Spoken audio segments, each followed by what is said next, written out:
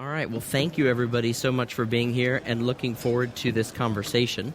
Hopefully the technology all works and we're able to get through the audio of this. Can everybody on the panel hear what I'm saying? Okay, perfect. All right. I like this. This is a nice format. So what we're going to do is we're going to open up, giving each of you the opportunity for roughly 2 minutes of opening remarks and comments as we go on this conversation around higher education. So Harris Asabas, I want to start with you, Chief Operating Officer of Universidad Europea.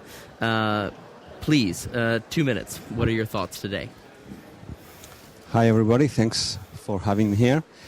I'm managing a number of private universities across Europe. Europe is quite special higher education market where most of the market is managed by and supported by the public, by the government. So the governments are very well established, very high quality institutions, but there is room for private higher education, for quality higher education, and we are doing pretty well. And the reason that we are doing very well is that there are certain gaps that the public system is not able to fulfill. Especially in Europe, they are very traditional, very regulated, slow to evolve, and technologically they are staying a bit behind. And that's the gap that private, new technologies, AI, entrepreneurs, startups are seeing the opportunities and they are filling this space. And that's where we are trying to offer good quality education to students, not only in Europe, but internationally. Okay, thank you very, very much, Harris. I want to now move to Astrid Tumines, president of Utah Valley University. 2 minutes, the floor is yours. Yes, thank you very much. So delighted to be here today. The first thing that I want to say is what should be the ethos of higher education? Should higher education be a tool that excludes or includes? I think traditionally we like higher education that excludes. That's why we brag about universities that are so highly selective. I think we should think about that when we think about innovation. Second, I want to talk about the state where I come from. Utah is about 3.5 million in population. It is the 6th fastest growing economy in the United States among the 50 states. It is ranked 8th in quality of education. It is ranked 2nd in terms of number of population that have an associate's degree or some college. It's quite highly educated. And the tech industry is growing in Utah at more than double the rate of the national growth rate of the tech industry. And so that's Utah. It's very important to have the context in mind, and the government there is still quite friendly towards higher education. 40% of the budget of my university comes from the legislature. Then the third point I want to raise is what role does my university play? Utah Valley University is the largest public university in the state. We have an enrollment of nearly 30,000 full-time and 12,000 high school concurrent enrollment. 80% of our students work. 32% are 25 years and older. 36% are first generation. About 19% have at least one child. So it's a very non-traditional university. It's open admission. We do not require, anybody can come. And so it's both challenging and complex, and I think very promising for the 21st century. And the last point about Utah Valley University is we have a community college embedded in the university. So it's two institutions under one roof, making it easier for the student to segue from an associate to bachelor's degree and giving them a much easier institutional situation to navigate. Thank you. Great, and I'm excited to talk a little bit about the inclusion versus exclusion piece that you talk about there. Fred Swaniker, founder and CEO of African Leadership Group. Please. Thank you, Mash. My perspective is really one of, first of all, I think it's an exciting time in higher education around the world where we're beginning to question a lot of assumptions that we've long held around what higher education should be doing. And so I think the conversation that we're having here is a very important one. I come from a part of the world where after the African continent, where tertiary enrollment rates are very low, about 8% on average. And so this gives us a unique opportunity to actually take a pause before we begin increasing tertiary enrollment rates to really think about what should we be building for the future and use our clean slate and the lack of legacy to actually reimagine what higher education should look like from the get-go and not necessarily replicate what has been done elsewhere. And so that's really what I think the unique opportunity that we have is to leapfrog and build the universities of the future or the higher education systems of the future, and really question a lot of what has been done in the past. And that's sort of the perspective that I hope to share today. Perfect. Thank you, Fred. I'm excited to. And the 8% figure, is that continent-wide? Is that? Yeah, sub-Saharan Africa. Okay. About 8%, but if you include North Africa, then it goes up to about 12%. 12%. Okay. Yeah, and that compares to about 25% in India and 30% in China. So it's really low. Okay, got it. Adrian Kwai, did I pronounce your last name correctly? Kwa, that's right. Kwa, excuse me, sorry. Director of the Future Office at National University of Singapore. As you can all tell, I think apart from Latin America, we're pretty well covered around the globe, and that's okay because Wise is going to Bogota next year, so that's fine. Okay, so let's move to you, Adrian. Right. So hi everyone. Thanks for having me here. So I work in the Futures Office, and what we do is that we are the resident pests. Right. It's our job to go around irritating the rest of the university out of its complacency. By and large, universities, despite their role in creating new knowledge, are actually very conservative organizations. They create new knowledge about just about everything else except about themselves. And so when you're the national flagship university, and you have the words national and Singapore in your name, you're not only conservative, you're perhaps a tad complacent as well. So the purpose of this Futures Office is to ask a series of inconvenient questions that we assume were answered a long time ago. And the central question that drives my work is, if the university didn't exist today, would it be necessary to invent it? And if so, what form should it take, given the changes we see around the world? So that's kind of what I do. And I think for me, what's interesting is that while we look at many particular issues in higher education, Industry 4.0, artificial intelligence, what we teach, how we teach, I think we rarely look at higher education as an issue in its own right. And I think before we go to those first and second and third order questions, it's worth looking at the zeroth order question. What is higher education for? Mm-hmm. Why do it? Mm-hmm. So that's kind of my job. And I'm sorry, I think I might have screwed this up. Is it Future Office or Futures Office? Futures. Futures. I did screw it up. Okay, sorry about that. So it's Futures Office. Got it. I think that's a great segue into the first question that I want to pose, and I'd love to actually start with Fred. Very, very basic question, but incredibly complicated answer. What is the objective of higher education? Well, in my mind, the objective of higher education should be to prepare young people for life and to be productive citizens of society. And I believe that this is where today universities are increasingly out of sync with what the world needs, because higher education in the current form, universities that we have were really designed as knowledge enterprises. And if you think about when we rank universities, we typically rank them based on the quality of the research that they do and a lot of inputs. For example, even just the way regulation works, you're not allowed to open a university, for example, in Nigeria, unless you have 100 hectares of land. You need so many library books. You need so many computers in your computer lab. They're not tracking outputs.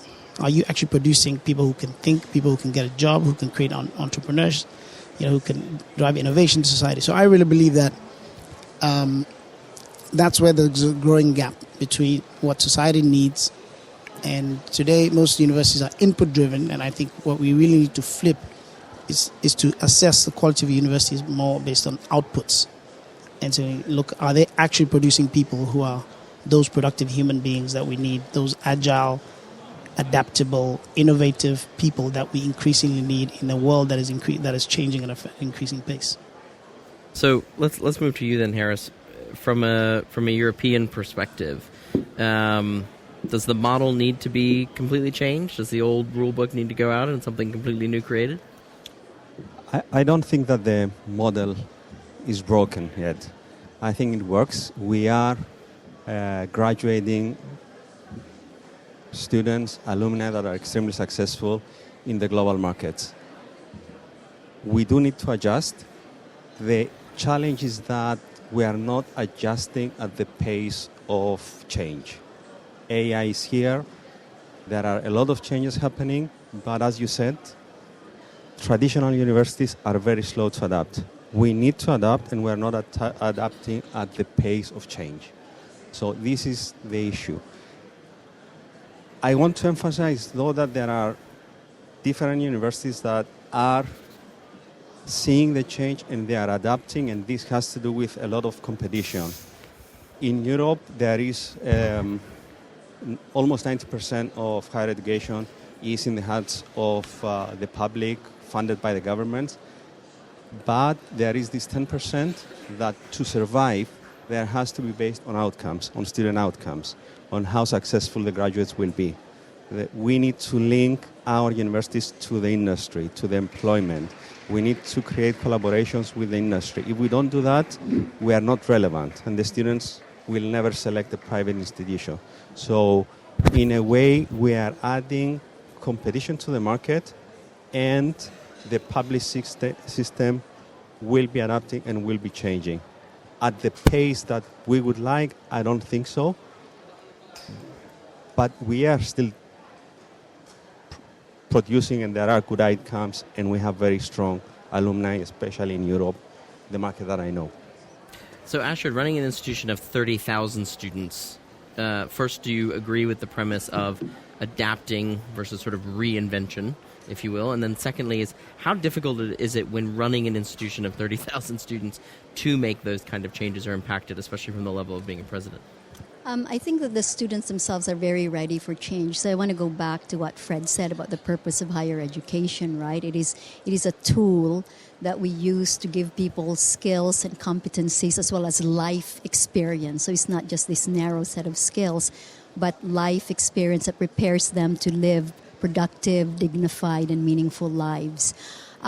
How hard is it to do change? I think from the student perspective, students are ready for change, particularly at my university, where in addition to the 30,000 students, we have 12,000 high school concurrent enrollment for a total of 42,000. So linking that 11th, 12th year of high school to the college is really important. And then where change has to happen, it has to happen with pedagogy. One of the things that we do very systematically at Utah Valley University is begin with a student as a person who's a candidate for maybe a 1-year certificate, and maybe that becomes a 2-year associate. So it's the concept of leveling up. If you were into gaming, you level up, you don't lose what you already had before. And to make that explicit from the get-go, that what you take in the first year can then feed into a second year, into a bachelor's degree. Because a lot of students there are non-linear. The first time, full-time, 4-year student is a minority at my university. There are only about 20% of the enrollment. So where life is happening alongside education, how do you meet those needs?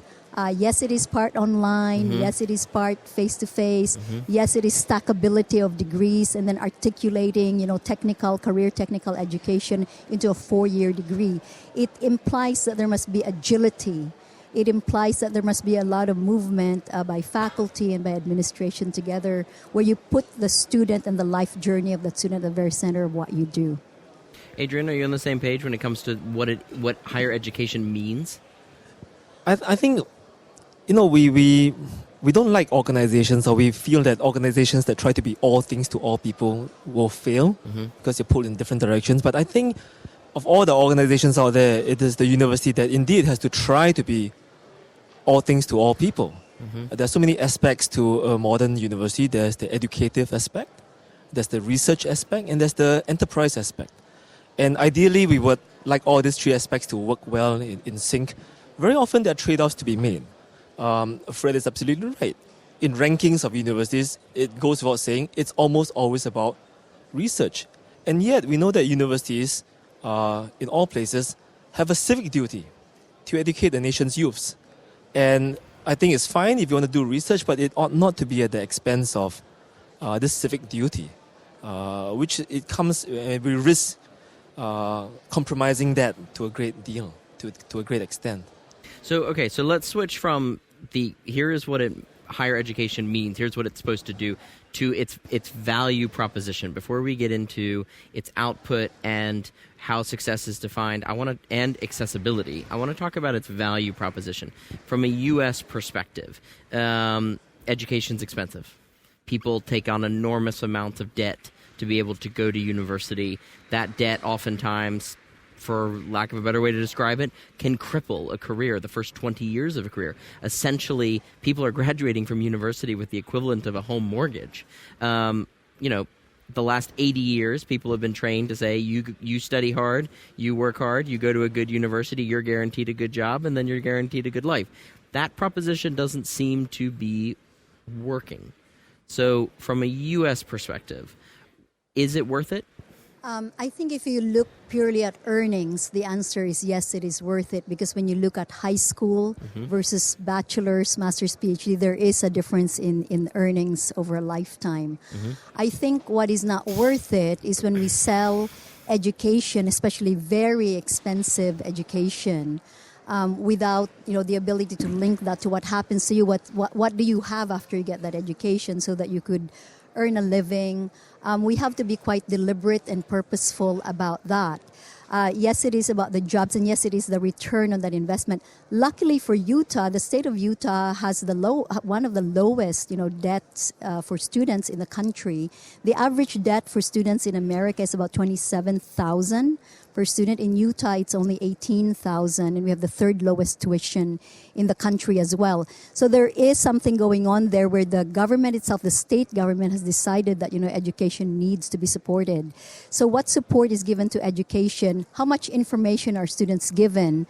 For example, at UVU, we talk a lot about how when students come in, maybe we should show them charts that when you major in this field, here are the kinds of jobs that go with it, here's the earnings, and also educate them that on career and technical education, you could actually get a very decent living.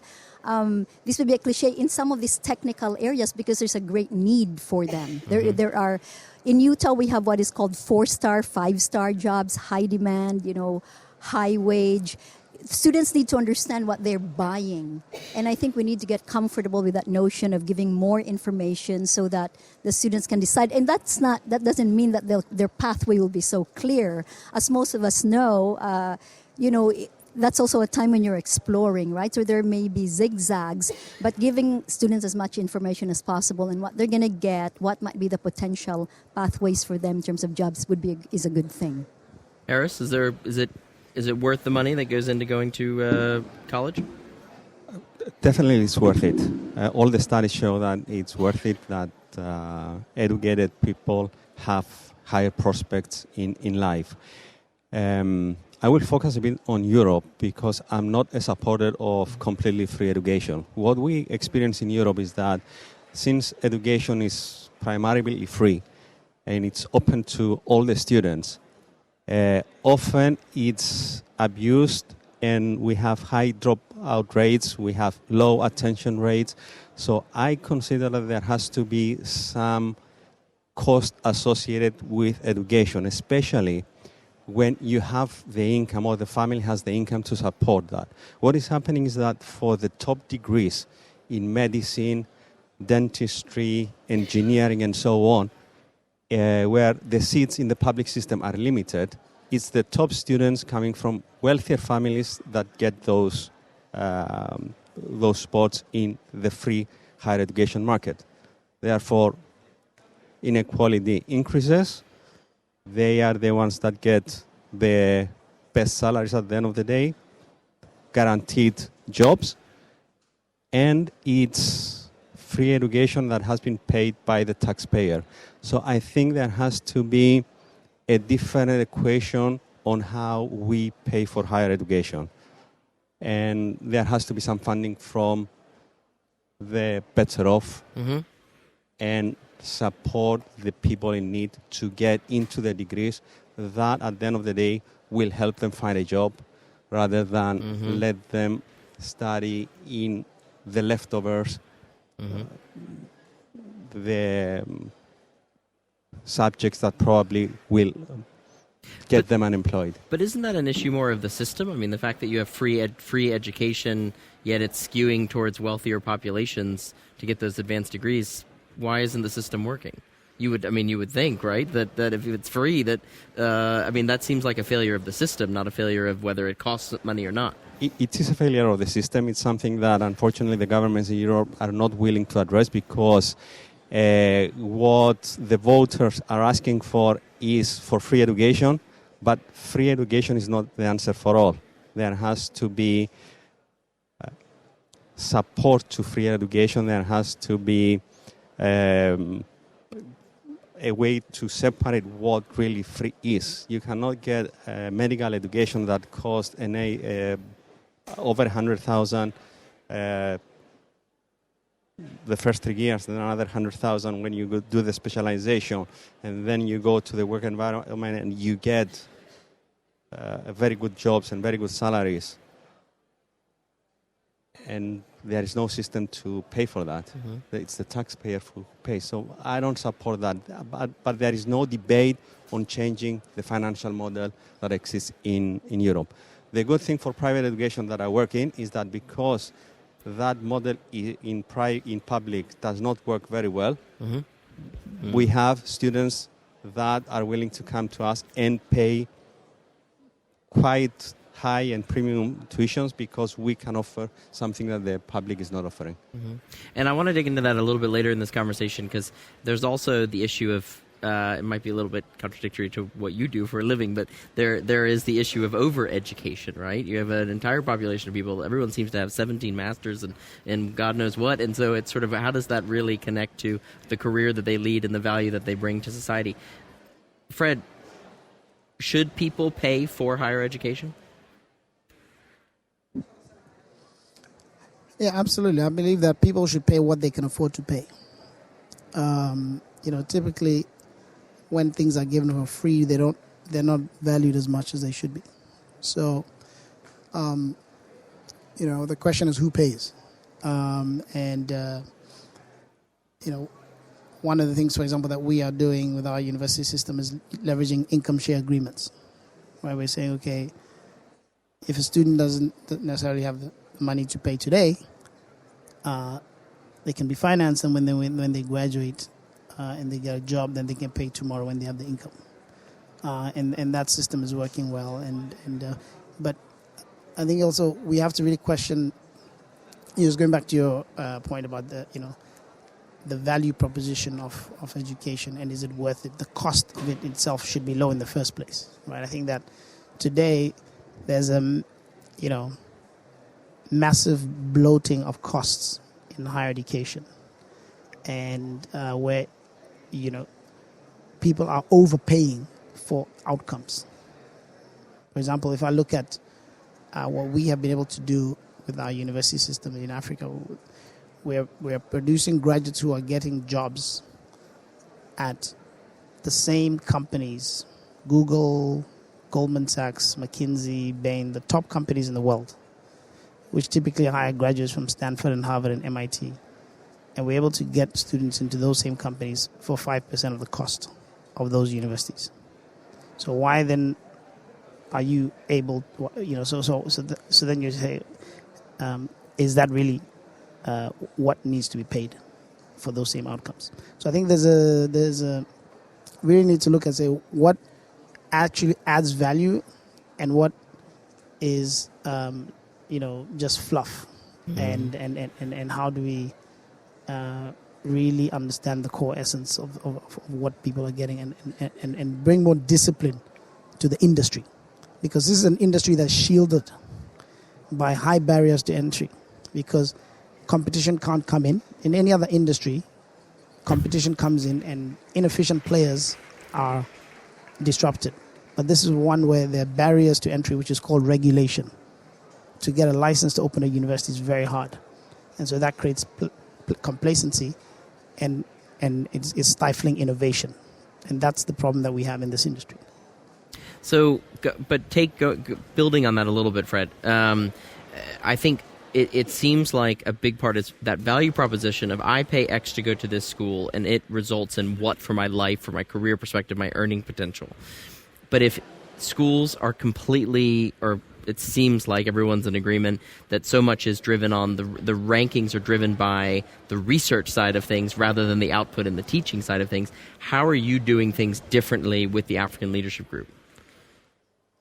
Well, we, from the beginning, said that we are going to prepare people for life, not just, in line with what regulators are asking us to do.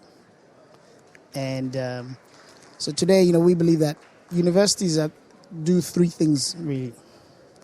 They do two of them well and one I think, quite poorly. They give you a network, right? You go, you meet some interesting people, you meet your spouse, maybe you get some friends. They give you a stamp, right? A lot of research shows there's research around the signaling theory of college. That really, the vast majority of value that people get out of college is just the fact that it's a filtering mechanism, right, from everyone else. And then the third thing, they give you some knowledge. They do this, the network very well, they do the stamp very well, and they do the knowledge poorly because they give you facts and figures rather than teaching you how to learn, which I really believe in this world, it should be much more about learning how to learn because the world is changing so fast. I believe that they need to go beyond that, and that's what we're doing in the African Leadership Group. We feel that that's not enough in today's world. So in addition to those three things, we believe it's important to impart, firstly, character and values, right? Because if you're preparing you for life and to be healthy and productive members of society, we need to take. It shouldn't be an accident. This is where you spend 4 years of your life preparing to be an adult. Universities should take much more deliberate approach to develop your values and your character, especially as we move into a world of AI and so forth, where machines are going to be doing things. We need to then be preparing people with the traits that machines will never be able to have, like imagination and resilience and integrity, et cetera, leadership. So that's one thing that we decided we're going to be more deliberate about. The second thing we believe that universities should be doing, but that most don't do, is to give work experience or prepare you to be able to create your own job, right? So with us, every year students have to spend at least 4 months in work, and we bring, from the get-go, students begin working on real projects for companies from their first month on the campus, and then the final thing that we believe is necessary, and that today most universities are not doing, is that universities should also provide ability for people to get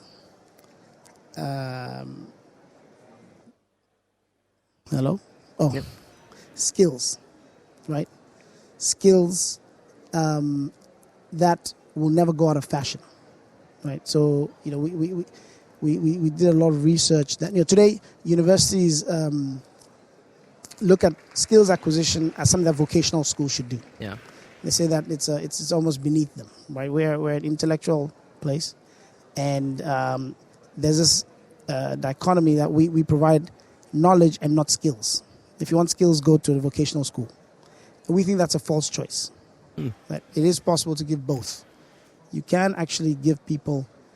So one of the things we do differently is in the first year, we ensure that 100% of our students go through what's called the leadership core, which is all about preparing you with skills that you need for the 21st century. Critical thinking skills, leadership skills, entrepreneurial skills, how to manage projects, how to analyze data and use to make decisions, etc. And we did that by doing research with about 150 employers around the world to find out what are the skills they typically find missing in college graduates. And then we said that 100% of the students must have that. And then they can do the intellectual work in the second and third year. So we think it's possible to do both the skills and give people intellectual development. So that's what we believe that universities that are really creating people for the 21st century and adding value should be doing. Adrian, it's the responsibility, I imagine, of the Futures Office to track this, to track output, to track what it means. We've talked a lot about how everything is very research driven, and therefore it's not driven by a sense of what is the output of what are the students adding to, by going to and participating in higher education, what are they adding to society? How are you changing that given your role in education? Right, well, we're not really changing it so much as actually noticing some interesting shifts in society. This is going to sound very strange coming from me, from Singapore, and Singapore wrote the book on pragmatism and technocracy. But when you talk to some of the students in universities and some of the younger ones in pre-university, you start to get a sense that, yes, relevance still matters. Everybody still wants to be able to get a job after graduation, wants to be able to stay employed. But it's not just about that, right? That I think there's a sense of going beyond the very crude economic instrumentalism. Mm-hmm. Yes, we want the job, we want to be relevant, we want to be qualified to fit into the workplace, but we also want to be turned out as full human beings. And this is rather strange for us because we have designed the higher education and in fact the entire education system to resemble very much a factory that churns out an economic agent that fits into a bigger factory called the world of work. And I think many of the youths in Singapore are starting to get the sense that I do not only want to be turned out as an economic agent. I want to be turned out. I want to be formed as a whole social, cultural, political being. And this is interesting, like I said, because I bet if you were to drop a list of top 10 words to describe Singapore, pragmatism would end up on your top 10 list. But I think this is starting to shift, and it's interesting for us. And the challenge is, how can we evolve higher education to meet these needs, these very human needs that we were able to dispense with maybe 20, 30 years ago, but have now come back with a vengeance? So, Matthew, may I say please, something in defense of the traditional university? I think we need. It's a myth that traditional universities have not been teaching skills. In fact, they have been. That's why those of us who went to Harvard or MIT or Stanford or National University of Singapore, we do have skills like communicating, synthesizing, collaborating. We do have these skills. I think the big question is exclusion versus inclusion. So I've been given skills by the universities I've been to, but they only accept 5 or 6%. That's a problem. The second problem is cost. And then the third, this idea that, it's only this first-time, full-time youth that should be going to university. Like I said earlier, at UVU, only 22% of the student body is first-time, full-time, 4-year degree seeking. What the university should also do, the value proposition of a university, is to throw you in a little bit of a microcosm of the world you're going to live in and work in, that in a university, you learn how to be comfortable with your discomfort, that in a university, you will learn how to talk across differences, that you will learn that woodworking is something you can take as a philosophy student, that, someone who is a social science major could also do something over there in automotive. And I love, that's why I love this model of community college mixed with a teaching university, because I think that exposure is rich for a student who knows that his or her career, those jobs may not even exist yet. So I think, again, in defense of the traditional universities, we've been given skills, but at what cost and who gets to participate, a very narrow segment of the population. I think we need to talk about how to expand the opportunity, because otherwise we will continue creating a world where the benefits of higher education accrue to those who are already well positioned in the first place. But how do you go about the distinction, though, between the skills taught at a university versus the value of a liberal arts education? Yeah. So on this, so when we think skills, it's not just like working with my hands, digging right? Ditches, that is one. Digging ditches, welding. Yeah. Etc. Although writing, I think those who are cerebral, those who think they're all in these higher cognitive skills, could probably learn some very valuable things by doing these other. It's sort of the non-siloing of knowledge.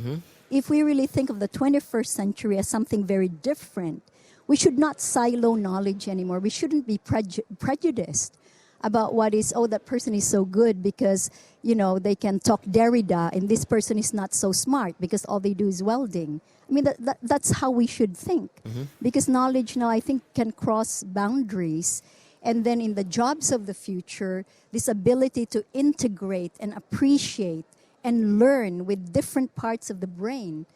I think that's where we need to be going. But we need to talk about who gets to learn that way, whether it's just the 6-7%, or do we expand that opportunity for as many people as possible? But Harris, how are we going to do it? If it's about inclusion, if it's about reaching people who otherwise don't get these opportunities, what is it that higher education needs to be doing differently to be inclusive of it, apart from some of the basics? I mean, you're already given education for free.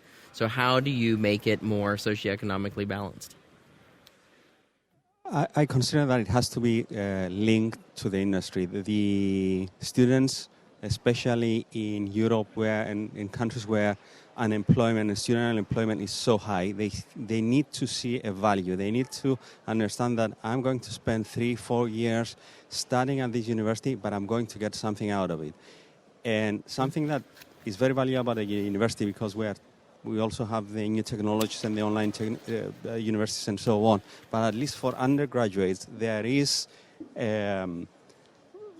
great value that the students get from the interactions they are having, the networking they are building, and so on. But still, they have to get a job at the end of the day. And the way to do that is to get the industry, the professionals, linked to the universities. There are regulations where, for very practical programs, the regulator demands that 50% or 60% of the professors have to have a doctorate. And with zero practical skills, they've never worked at a business environment. That is very difficult to link the industry with the university, to make the education that we offer practical. So some examples from our university. Although we have these regulations that makes our life harder, we have created partnerships with a very important organization. In the sports sciences, for example, we have a school that we have created with Real Madrid. And it's hands-on experience with the football players, the athletes of Real Madrid, the management of Real Madrid, and therefore our students get on a daily basis to experience how a very successful club works. We've done the same with IBM. We have an IBM school with our university that teaches business and technology, and it's the first in Europe. We have the same with one of the top legal companies in Europe. The same in health sciences. We have to link ourselves with the experts, the professionals, and that's how we can add extra value, and that's how students can see that they are getting something out of it. I think first of all, I just want to say that's an amazing use of the private sector as a way to scale education. And as someone who runs an institute around public-private partnerships, I love it. It's great. Fred? Yeah, can I just disagree with there a bit, or maybe just add a nuance? I don't believe that every single person should go to university. While accessibility for those who may be university is the right path for them, I agree with you, yes, that we need to find ways to radically reduce the cost of higher education and find innovative ways of financing people to go and so forth. I think, one problem we have in society today is we've over-glorified the value of a university degree, and society has created stigma around people who don't have it. And, what we should be looking at is really saying there are multiple pathways that people could take to be successful in life. And, we should look at a variety of pathways from, and not having one set, standard. So today you have people, there's one size fits all, right? For it's a 4-year degree, it's a 2-year, master's. And, we're finding, for example, some of our students after the first year are being offered full-time jobs. why then do they need to stay for the next 2-3 years? But they have to wait until then to graduate. We should be exploring lifelong learning institutions where you enter but you never graduate.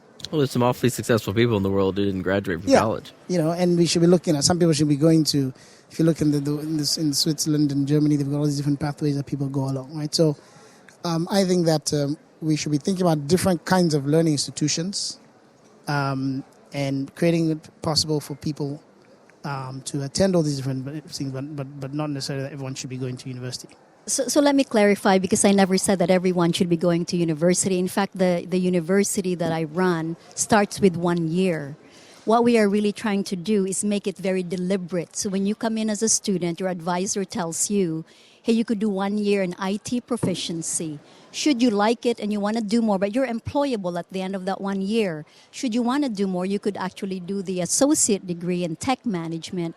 Should you want to do more, you could do the bachelor's degree in computer science. Should you want to do more, you could take the master's. That's precisely my point, because there is not one size that fits all. And I said earlier, we should not prejudice knowledge. The 1 year certification, if you're amazing, you could go for it and have a great life. But sometimes for promotions, we know the bachelor's degree is also a doorkeeper of sorts. In some places they won't make you manager without the bachelor's degree. And if you don't know how to write a proper sentence, you definitely, in many places, will not be able to get to the next level. So make it easy as well to come in and go out. You live your life, come in, and that's back. It's now going into the lifelong learning, skilling up, leveling up, and that's a more fluid education system that goes with the life that a person actually leads. So how do you track success, though? Because I assume your dropout rate is rather high. Yes. So how do you make sure that it doesn't look like people are just dropping out because they're not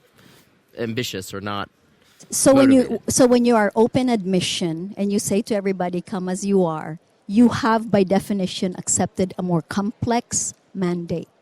We know from our numbers, if we put an ACT or an SAT cutoff score, completion would immediately go up just based on the people who enroll with those numbers. But because we believe in this inclusive, open approach, we've accepted a more complicated mandate. So now the challenge is intervention.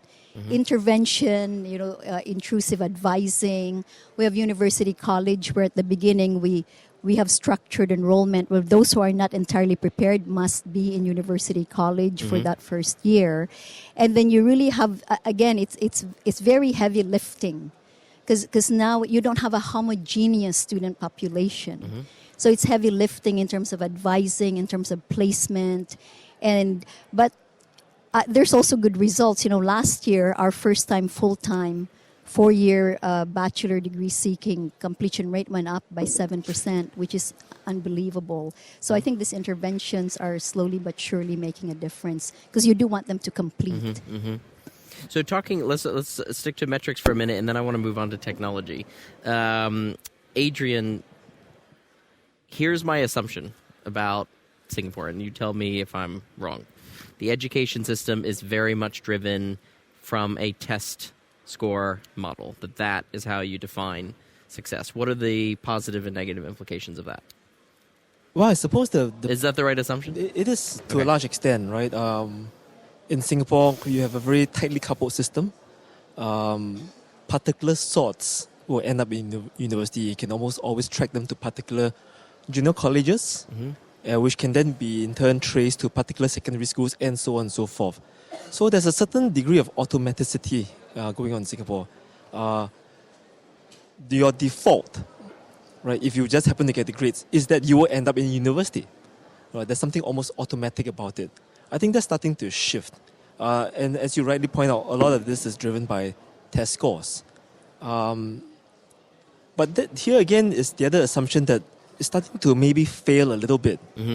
Right? In Singapore, there's this assumption that the country's youths, if they have the grades and if they have the resources, you assume that they always aspire to a place in university. Perhaps not. Right? So, and I've been noticing that this conversation so far, there's been some conflation going on. We talk about university and higher education in equivalent terms. They're not. Yeah. Right? The higher education is this big universe. in which there are many entities, polytechnics, vocational institutes, and universities.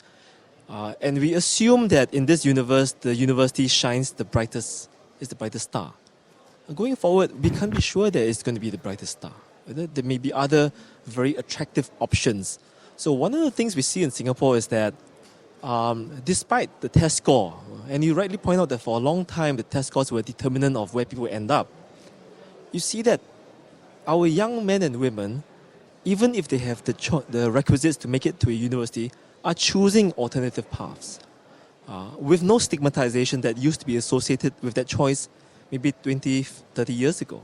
And this is heartening to see. You see a growing diversity, right? You see that there's no one formula to define success.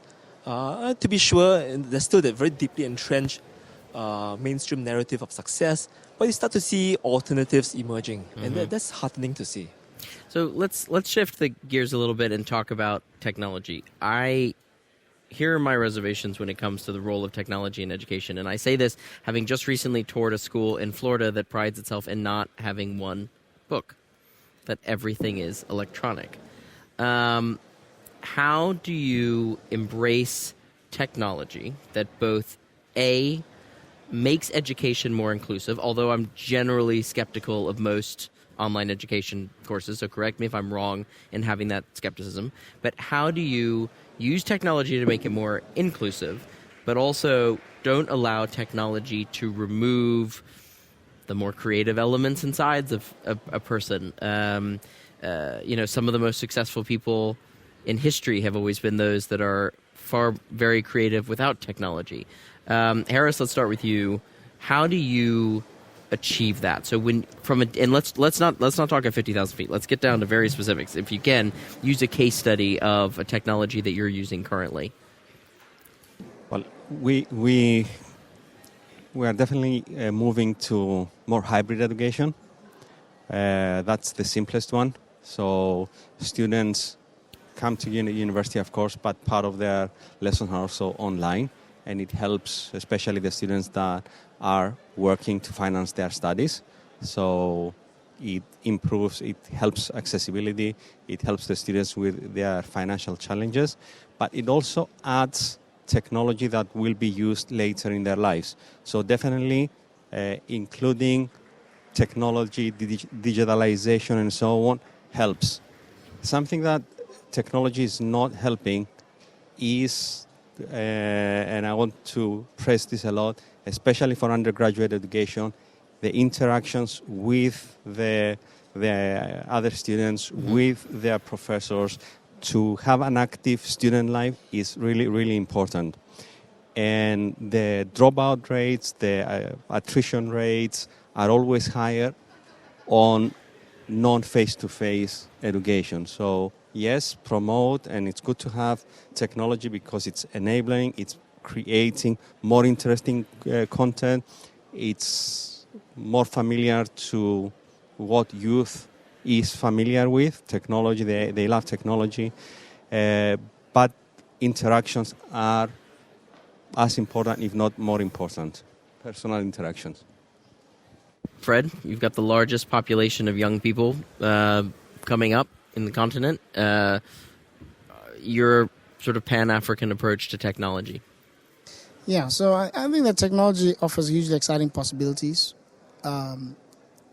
for learning in the 21st century, but it's not a panacea. And, I believe that you first need to have a learning philosophy and then think about how you apply technology to support that learning philosophy. So coming to technology for technology's sake, I think is always the wrong way to approach it. Right? Yeah. So I think for me, the big shift that technology has enabled is it's removed who drives the learning, right? So if you think about it, hundreds of years ago, when universities or higher education was first started, we lived in a world where information was scarce. So you had to go to the university, and there were two places you would get that information from the head of the professor or from the library book. And that was really how you learned, right? But today, thanks to technologies, information is ubiquitous, is everywhere, right? So someone who's doing someone who did a PhD 30 years ago maybe had access to less information or less knowledge than we have on our mobile phone today. Mm-hmm. Right? So what that does is that it really allows us to flip, and this is what we are doing in Africa. We realize that if we want to, we're going to have the largest workforce in the world by 2035. We have the youngest population in the world. The average African is 19.5. The average German or Japanese is 47. So we have the lowest tertiary enrollment rate. So we realize that we don't have a lot of time, we don't have a lot of money, and we need to find, and we don't have a lot of faculty with PhDs. So in that model, we realize that the only way we can, if we build a university around the conventional method of the professor at the center of the learning, then we'll be designing a system around a scarce resource, and you'll never be able to make it accessible and scalable. So what we realized we had to do is to flip the focus of the learning from the professor to the student, and then put the student at the center of the learning, and let them learn by themselves. Today they can curate access to the best content from all around the world. They can get access to Harvard content and MIT and Yale and all in one place. I went to Stanford for my MBA. I had 30 professors over 2 years, but honestly only 3 of them were really good. But I was forced to take all of them from Stanford. Now imagine you can pick the best 3 from Stanford, the best 3 from Yale, the best 3 from NUS, and curate the best in one place. Mm-hmm. That's what technology allows us to do. Then, we go beyond that, and we make sure, because at the end of the day, learning is a social activity. So we bring our students together, and they learn from each other as peers, and they learn through projects, and then you can leverage technology as well to track how they're learning and so forth. So I think lots of exciting ways you can leverage technology, mm-hmm. but you must first start with a learning philosophy. And through all this, we've been able to drive down the cost of education, mm-hmm. as I mentioned, to about 5% of what it costs to go to these fancy universities. But we're getting our students to compete at world-class levels with those things, and that's how we're doing it.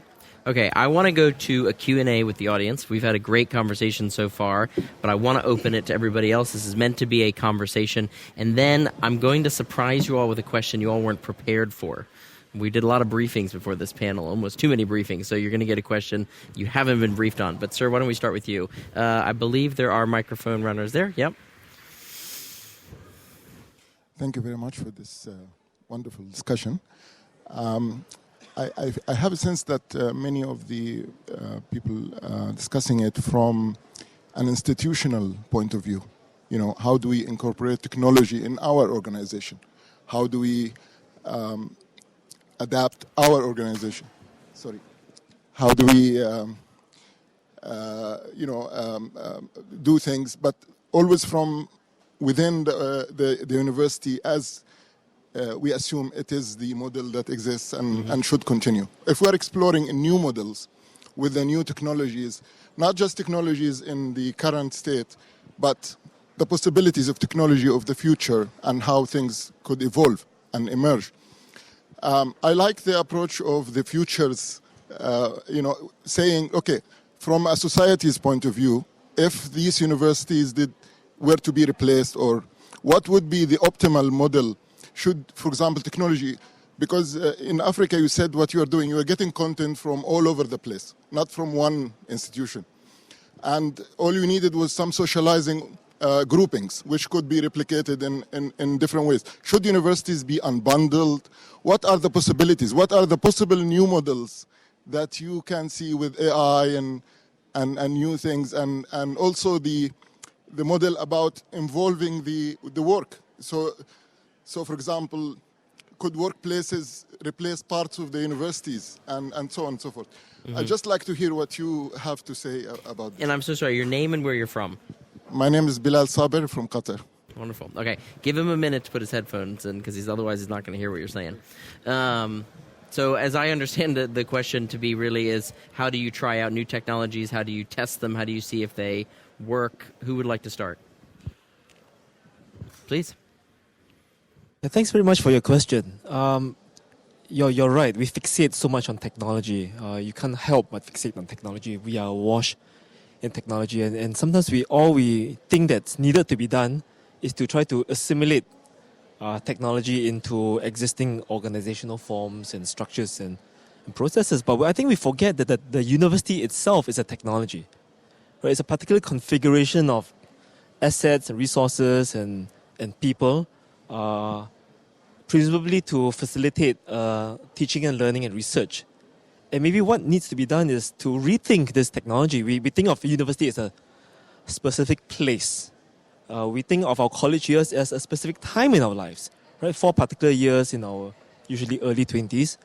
If we rethought some of these things, what if university is not a specific place on the continent or on the island, but actually woven into the social fabric, into the fabric of society? What if your college years aren't 4 particular years in your early 20s, but actually distributed throughout life? Mm-hmm. And then you start to realize that maybe there's a way to rethink university as a technology. And that's kind of where I'm coming from. If you've been to Singapore, one of the things we're very proud of is that we have this concept of a city and a garden and a garden in the city. If you come to Singapore, you see that we are a very green and lush island. Perhaps we could think of a campus in the city and a city in the campus. So the National University of Singapore isn't a couple of square kilometers in one corner of the island, but we permeate the entire island. And how else could it be if we're in this era of lifelong learning? Lifelong learning is continuous.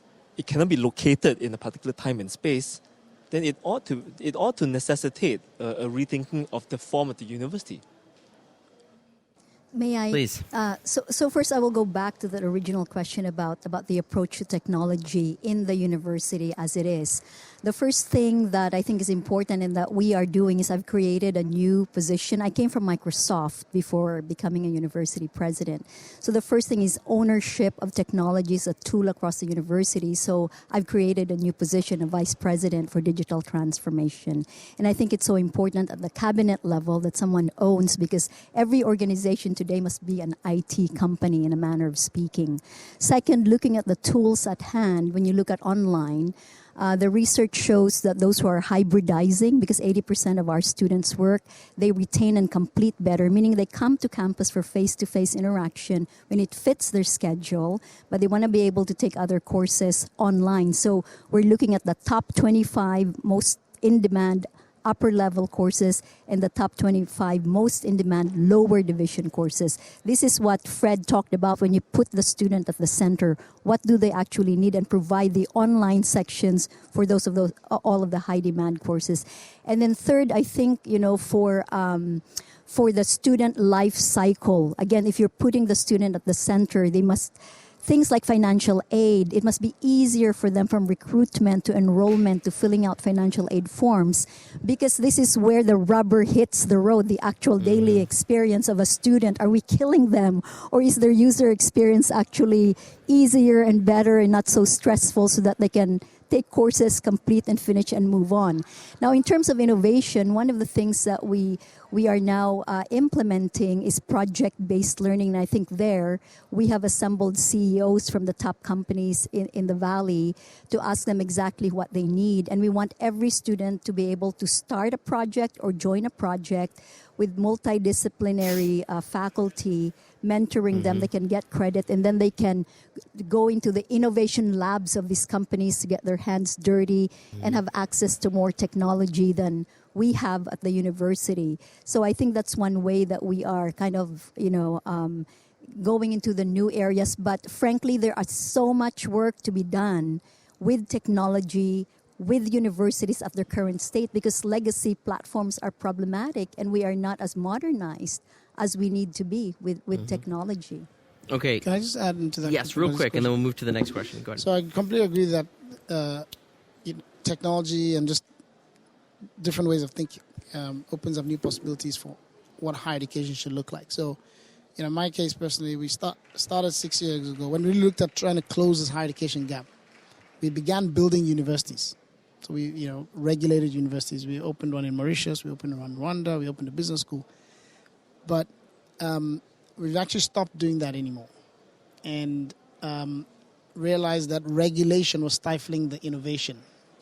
And so we realized that actually we have the chance to create a new vehicle. So we've actually launched a new concept that we call the ALX, which is not a university. It's not regulated. and it's much more of a lifelong learning institution where you enter and you never finish.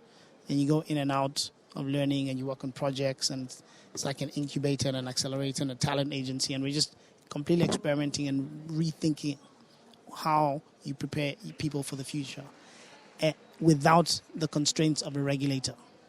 And I think that as long as we remain within the regulated world, we will really struggle, because regulation is designed to prepare people sort of for the typically for the lowest minimum standard. Not so if you're trying to truly innovate and break the barriers, you'll never be able to do it within that sandbox. And so we realized we had to go out of it and think about what higher education institutions of the future should look like, and that's what we're doing. Okay, so first to you, and then to you after that. Please say your name and where you're from. Hi, I'm Nawal. I'm from Pakistan. Okay, so I'm just curious now. It's okay, I can hold it. Okay. So now I'm curious to ask, how inclusive is your education system when it comes from technology to physical disabilities, now to intellectual disabilities? How are they all being catered to, and how inclusive are your systems, and how often are you seeing them participate, and how often are you making an environment for them to participate? So anyone this is open to answer, anyone in the panel. Perfect. Try to keep your answers somewhat short so we can get to as many people as possible, but please go ahead. One interesting thing about UVU is we have a Center for Autism, which actually brings in students on the autism spectrum and provides the support to them and their families, and also trains pedagogy for the professors to be able to teach that, because there's an enormous amount of human capital and talent with that group. And then with other areas of accessibility, we are trying with using technology, lectures have to be accessible. So that is an ongoing process, because we do need to include those who are differently abled. But the most interesting thing going on, I think, at UVU is our focus on the autism spectrum and including those students so they could get their education too. That's great. Harris? Our universities are fully accessible. They challenge that our percentage of population with accessibility challenges is very limited. The preference is for students to go to the public system where education is free, and therefore we end up with a much lower percentage of the population that we should be. We don't have special campaigns to attract students, so I wouldn't say that we are fully open and that we are delivering to what we could. Okay, gentleman here in black tie. And then let me know if anybody on this side as well has any. Oh, we got somebody. In the cheap seats back here, we got somebody. Okay, go ahead. Okay. Hi, everybody. Thanks a lot. Thanks a lot for this valuable panel. I will ask my question in Arabic. Okay. So move to channel 2 if, like me, you don't speak Arabic. Okay. My name is Slim Masmoudi from the University of Tunis. سليم المصمودي من جامعة تونس، أستاذ علم النفس المعرفي ومدير مركز المهن وإشهاد الكفاءات في جامعة تونس. سؤالي يتوجه إلى كافة المشاركين. ألا تروا معي أن الجامعة، أن العالم تغير وتغير بتحديات كبرى، ولكن الجامعة لم تتغير في عديد الدول، خاصة الدول الأفريقية ودول شمال أفريقيا وعدد الدول الأخرى. أعتقد أن هذا التغير يشمل مستويين اثنين. المستوى الأول يهم ما يحصل داخل القسم أو داخل المدرج، يعني كيف نعلم اليوم في الجامعة. والجانب الثاني أو المستوى الثاني هو ما يحصل في الكلية وفي الجامعة كمنظومة، يعني العلاقة بين الإداريين والأساتذة وكل المشتغلين في الجامعة. فأعتقد أنه على مستوى بيداغوجيا التدريس في الجامعة في القسم أو في المدرج لم تتغير كثيرا رغم حصول تقدم كبير على مستوى تكنولوجيا التعليم. فألا تروا معي أن هناك الكثير من الأشياء يجب إدخالها وتغييرها في التدريس؟ فنحن نجد عديد المدرسين اللامعين، العلماء اللامعين، ولكن ليس لهم بيداغوجيا في إيصال المعلومة، خاصة في عصر تسارعت فيه التطورات التكنولوجية. والشيء المهم هو كيف يمكن أن نقوم بالتدريس خارج الجامعة وفي فضاءات مفتوحة، في أيضا كيف يمكن التدريس داخل المؤسسات أو داخل المصانع، كيف يمكن أن ندخل تغيير جذري في التعليم وفي مدارجة التعليم الجامعي حتى نمكن يعني طلابنا من الدخول في القرن ال21 فعلا بمهارات جديدة. وأيضا السؤال المستوى الثاني هو التعامل مع الجامعة كمنظومة متكاملة، فكيف يمكن أن نخلق علاقات جديدة بين الإداريين وبين الأساتذة، بين مراكز المهن والأساتذة في أقسامهم. نحن بحاجة فعلا إلى علاقات جديدة من نوع جديد حتى نقحم الطلبة في العالم الجديد فعلا بروح جديدة. Harris, why don't you take that one, especially because of the private sector component that this gentleman refers to? I will take that. Also, I've managed a university in North Africa. I was the president of a university in Morocco for almost 4 years. Private. It was a big initiative in Morocco to introduce private education, higher education in Morocco. Things were going well, but we've struggled with one major obstacle. The regulator. The regulator was not willing to change.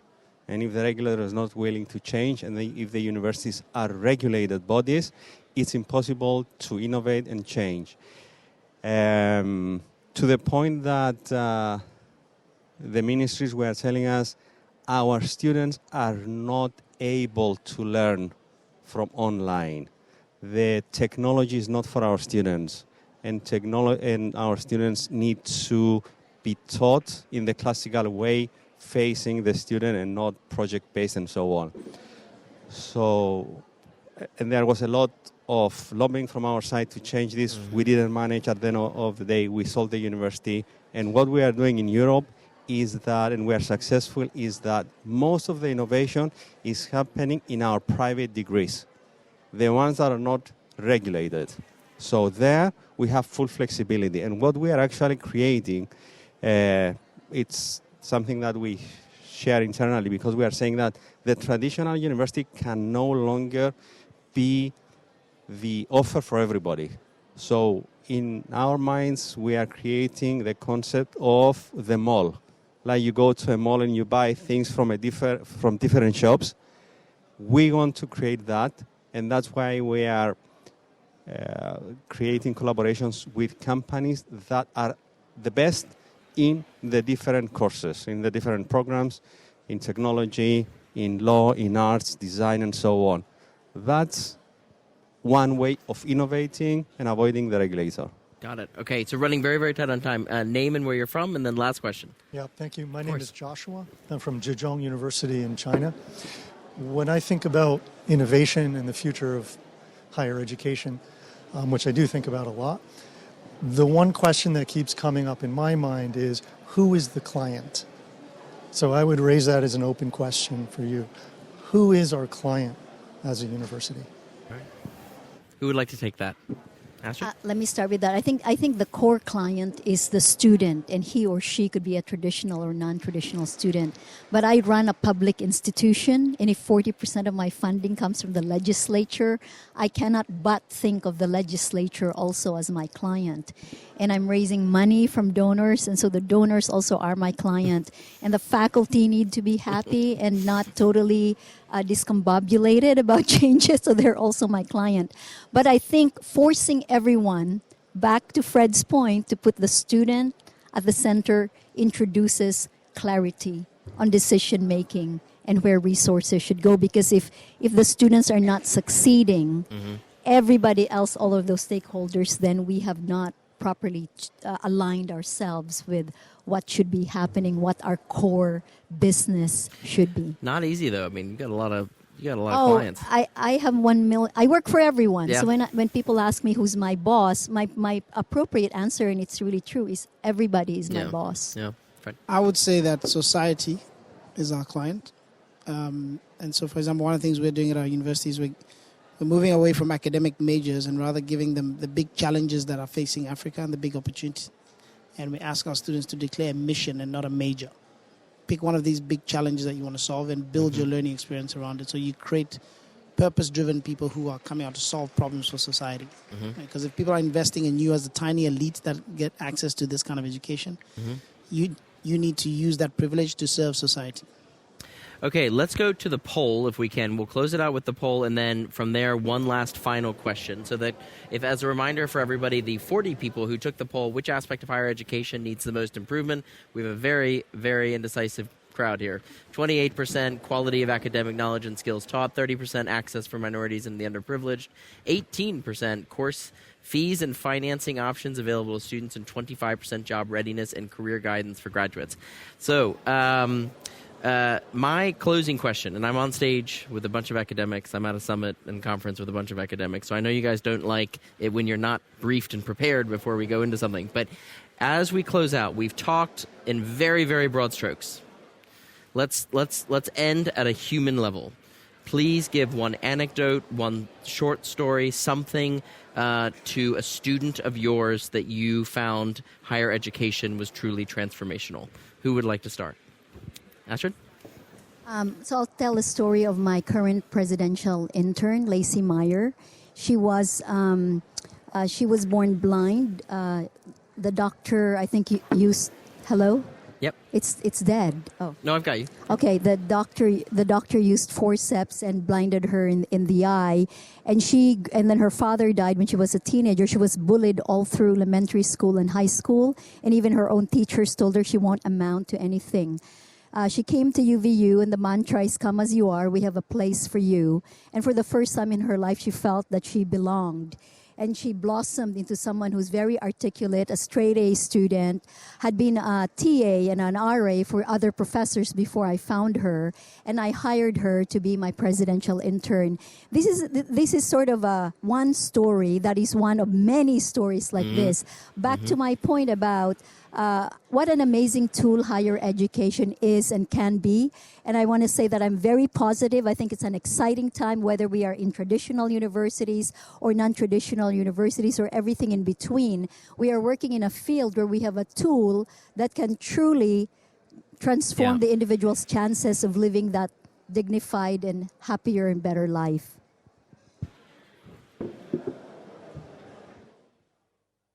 I want to tell a story that speaks to this theme of relevance. It's a dominant theme in what we've been discussing. I think far too often we think of relevance in terms of immediately relevant, but I think we need to think of relevance in non-immediate, non-adjacent terms. So this is a story of my older friend who works in construction.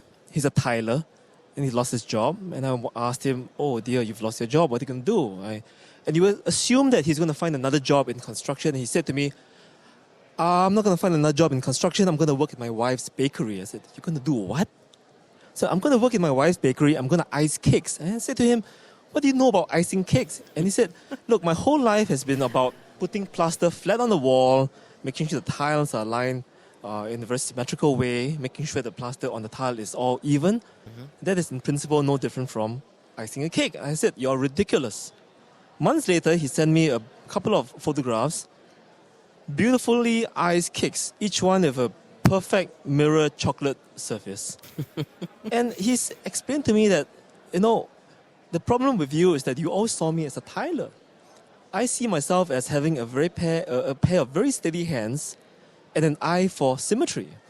And I think when we talk about relevance, we should go beyond immediately relevant. So I think for many governments, when we talk about, how do I ensure that you're relevant, we think, well, if you've lost your job in logistics, and we try to help you transition to something adjacent. Yeah. We need to help people transition to things which are non-adjacent. Yeah. To make those non-obvious leaps. Sounds like he would have been a pretty good surgeon, too. Harris? It's a simple example related to a student that we had in Morocco who was coming from a not privileged background. He was good in what he was studying, engineering, but what attracted his attention, he wanted to travel, he wanted to meet people outside and so on. And we had something similar to WISE at a much smaller case size, the Youth Action Net, which basically trains students to become world ambassadors. And there are international programs and they travel around.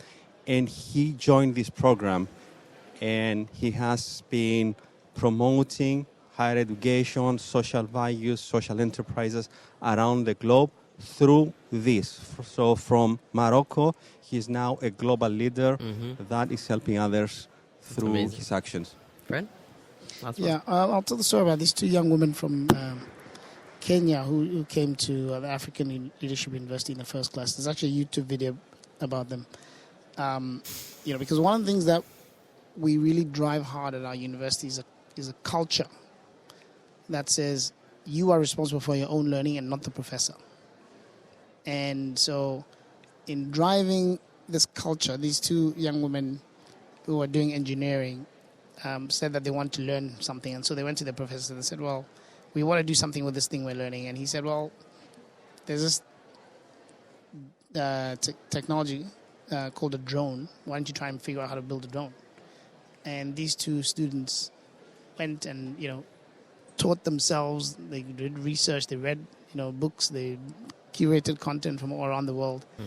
And they were able to, use this technology called an Arduino, and they were able to figure out how to code it and everything. And they built a drone, and they flew this thing. And they, at the end of all this, they said, what they learned was confidence, and that they can do great things. And I think that really for me is part of the most important things we have to do as educators is to build, because have the outcomes come from what you do to a student. But I think a lot of the outcomes comes from what the student does for themselves. And that comes from building their confidence and their belief in themselves. And that's really what happened in that case. Well, thank you very, very much. Thank you, everybody, for participating in the panel. Thank you so much to the audience. More conversations to be had in the future. Thank you.